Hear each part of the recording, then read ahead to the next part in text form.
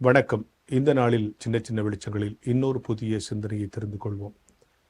தமிழக மாணவர்களினுடைய ஆங்கில கல்வியின் துவக்கம் எது என்று சொன்னால், ஜோஹன் பிலிப் ஃபெப்ரீஷியஸ் அவர்கள் 1761 வடமொழி தேவையில்லை, கல்வி உட்பட அனைத்தும் தமிழில் இருக்க வேண்டும் என்று முன்மொழிந்ததுதான் முதல் குரல் என்று வரலாறு பதிவு செய்து வைத்திருக்கிறது. தரங்கம்பாடியில் வந்து இறங்கிய ஜீகன்பார்க் அவருடைய அழைப்பை ஏற்று 79 மிஷனரிகள் அவரை தொடர்ந்து இந்த மண்ணுக்கு வந்தார்கள். அவர்களில் ஒருவர்தான் ஃபெப்ரீஷியஸ். அந்த ஃபெப்ரீஷியஸ் தரங்கம்பாடியிலிருந்து சென்னையில் இருக்கிற வேப்பேரிக்கு அனுப்பப்பட்டார். இங்கு வந்து லுத்தரன் ரெக்டர் என்கிற பதவியை எடுத்துக்கொண்டார். தமிழ்நாட்டில்தான் வேலை செய்ய போகிறோம் என்கிற முடிவு செய்து 3 ஆண்டுகள் கடுமையாக உழைத்து தமிழை கற்றுக்கொண்டார். இங்கு வந்த பிறகுதான் ஆலயங்களிலே உயர் சாதிக்கும் தாழ்ந்த சாதி என்று சொல்லி நடுவிலே தடுப்பெல்லாம் போட்டு வைத்திருப்பதை பார்த்து அவர் கோபப்பட்டு அந்த தடுப்பையெல்லாம் எடுத்தார். இப்படி அவர் செய்ததற்காக அவர் மீது கொலை முயற்சி கூட செய்யப்பட்டது.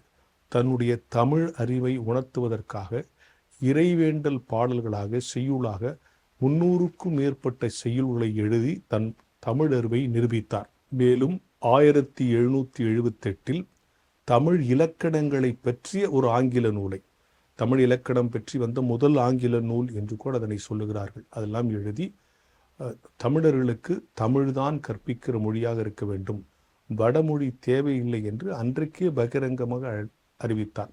அதனால் அவர் மீது பல குற்றங்களை சுமத்தினார்கள்.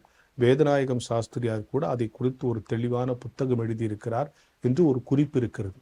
பல குற்றங்களை சாற்றினார்கள். அவள் பணம் திருடினார்கள், அவர் பெண்கள் விஷயத்தில் தவறாக இருந்தார் என்றெல்லாம் குற்றம் சாட்டினார்கள். எப்போவுமே நம்ம மக்களுக்கு அன்னையிலிருந்து இன்னை வரைக்கும் ஒரு ஆளை அக்யூஸ் பண்ணணும், ஒரு ஆளை குற்றப்படுத்தணும்னு சொன்னால் அவர் பணம் கொள்ளடிச்சிட்டாருங்கன்னு. பணம் கொள்ளெடுக்கிறதுக்கு வாய்ப்பே இல்லைன்னு வச்சுங்க, அடுத்த குற்றச்சாட்டு இதை தான் சொல்லுவான். இது இன்னைக்கு மட்டும் இல்லை, அன்னைக்கு போல இருக்கு. உடனே ஃபெப்ரீஷியஸை கொண்டு போய் அவர் மேலே குற்றம் சொல்லி அவரை பாளையங்கோட்டை சிறையில் வச்சிடறாங்க. சிறையில் இருக்கும்போது சில உயர் சாதியினர் போய் நீங்கள் வடமொழிக்கு தகுதியான அந்தஸ்தை கொடுத்தீங்கன்னா உங்களை நாங்களே வெளியே கொண்டு வந்துடுறோம் நாங்கள், அவர் அதெல்லாம் வேணான்னு சொல்லி சிறையில் இருந்து கொண்டே கவர்மெண்ட்டுக்கு 4 லெட்டர் எடுத்தார். ஏன் தமிழை நான் உயர்த்தி பிடிக்கிறேன், தமிழை ஏன் இங்கே பயிற்று மொழியாக வைக்கணும், 4 லெட்டர் எழுதி தமிழுக்காக வாழ்ந்த ஒருவர், கற்பிப்பு மொழியாக தமிழ்தான் கல்வி உட்பட அனைத்திலும் முதன்மொழியாக இருக்க வேண்டும் என்று சொன்னவர் ஃபெப்ரீஷியஸ். அது மட்டுமல்ல, ஒரு தமிழ் அகராதியை 9000 வார்த்தைகளுக்கான பொருள் சொல்லுகிற தமிழ் அகராதியை அன்றைக்கு வந்த ஐரோப்பியர்கள் எல்லாம் இந்த மண்ணில் பேசப்பட்ட எல்லா மொழிகளையும் மலபார் மொழிகள் என்று தான் சொன்னார்கள். எனவே மலபார் அகராதி என்று சொல்லி ஒன்றை வெளியிட்டு அன்றைக்கு வருகிற ஐரோப்பியர்கள் தாங்கள் இங்கே பணியாற்றுவதற்கு இந்த அகராதியை பயன்படுத்தினார்கள். இன்னும் சொல்ல போனால் இப்படி மலபார் மொழிகள் என்று சொல்லிக் கொண்டிருந்த அவர்களுக்கு தமிழ் என்கிற சொல்லையே அறிமுகப்படுத்தியவர் ஃபெப்ரீஷியஸ் ஐயர் தான். இத்தனை தகவல்களை சொன்ன நான் கூடுதலாக இன்னொரு தகவலை உங்களுக்கு சொல்ல விரும்புகிறேன்.